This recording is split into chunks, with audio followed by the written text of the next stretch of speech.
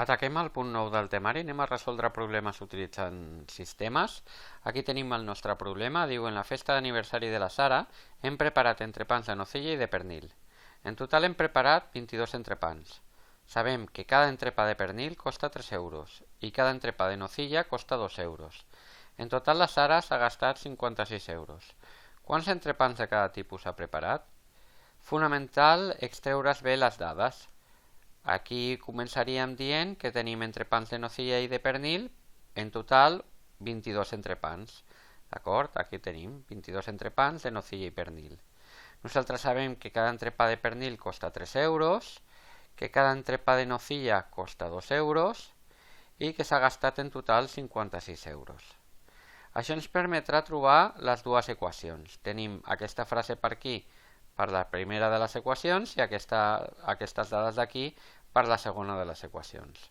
Anem a l'estratègia, ens demana quants entrepans de cada tipus ha preparat, doncs direm x entrepans de pernil, per exemple, i entrepans de nocilla.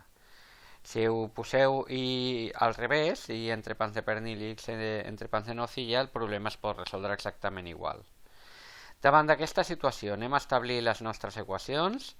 Primera de les equacions, si sumo els entrepans de nocilla i els entrepans de pernil, m'han de donar 22. Per tant, x més y igual a 22. Fem una segona equació de diners. Jo tinc x entrepans de pernil a 3 euros l'entrepà, això seria 3x.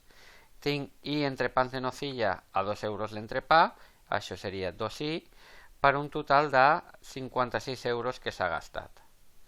Un cop tenim ja les nostres dues equacions, ja podem resoldre el sistema i el resoldrem pel mètode que nosaltres vulguem.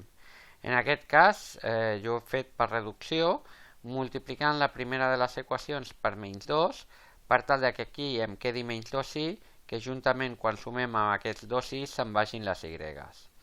Per tant, multiplico la primera de les equacions per menys 2 i deixo la segona, mètode de reducció, menys 2 per x menys 2x i menys 2 per y menys 2y i menys 2 per 22 menys 44.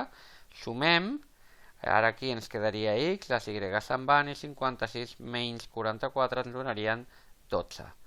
12 que són els entrepans de pernil, perquè la x eren els entrepans de pernil.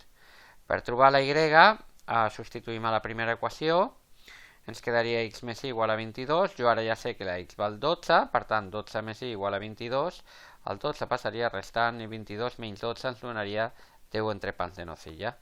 Ja podem donar la nostra resposta, la Sara ha preparat 12 entrepans de pernil i 10 entrepans de nocilla. Fins aquí aquest primer exemple de problemes amb sistemes. Al següent punt el que farem serà resoldre un altre tipus de problema.